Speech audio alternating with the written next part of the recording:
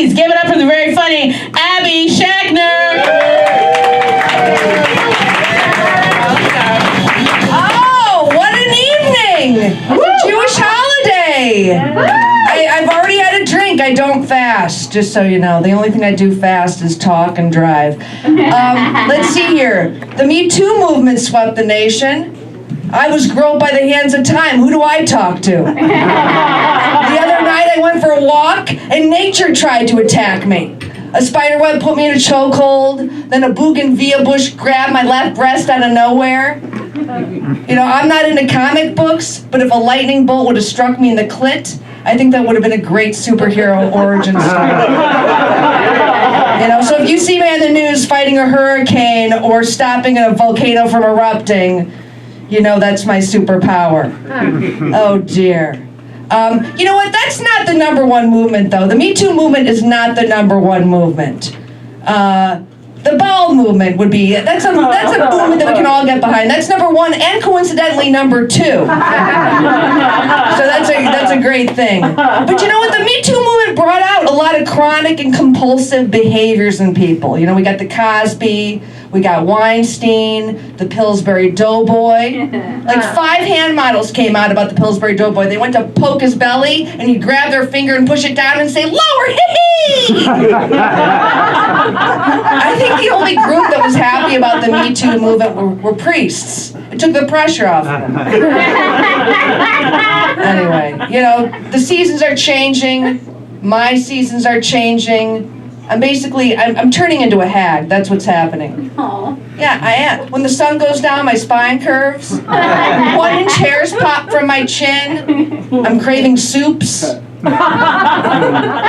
Come winter, I'll be wearing shawls. I say things like, "Come winter." And shawls! I wish I could say I was more fairy godmother, but I feel like somewhere in the early 2000s, like my magic wand got shoved so far up my ass that the star would show up next to my heart in an x-ray. Now, the only magic wand I've got is the plug-in kind that an ex-boyfriend gave me in 2006. And that fulfills my wishes about 2 times a week. I'm not a confident sexual person. I don't lead with that. I'm like sexually reluctant, which means little oohing and eyeing, lots of hemming and hawing. I'm a neurotic. What can I tell you? Sex spots are big. I think to me, I don't know what woman would want to have sex with a sex spot.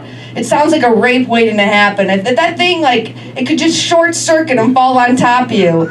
That sounds dangerous. But if I had a sex spot, I would want it for 2 things. Well, maybe a few things. We'll see. I didn't really count it out. I don't think ahead before I do the stand-up comedy. How do you like that? Is that okay? Can you handle that? Okay.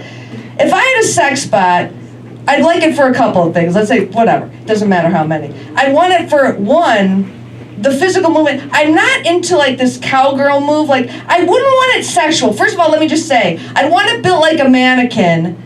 Like a giant Ken doll, nothing sexual. Because imagine me filled with concrete. I don't want to be penetrated right now. This is how it feels. But I'd want it to practice this move where you get on top like this. Nothing, just like on my little doll.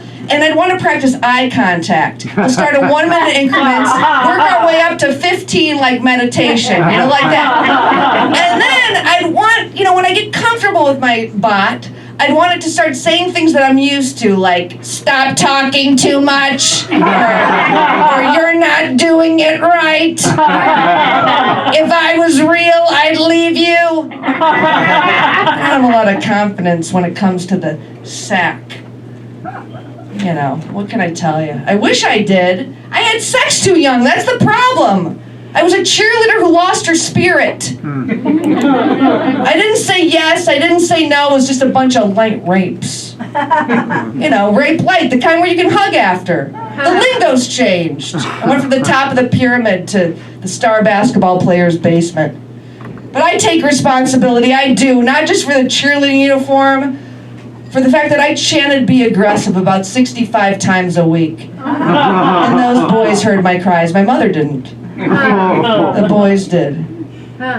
Anyway, What can I tell you? I'm going to eat a nice big meal for the Jewish holiday. They got to change that. You know, the high holidays, it's like, it's got to go by the way of cock and rooster in children's books. You know, you can't call it the high holidays anymore. The high holidays needs a giant banquet table. Fine, I'm stoned. That's all.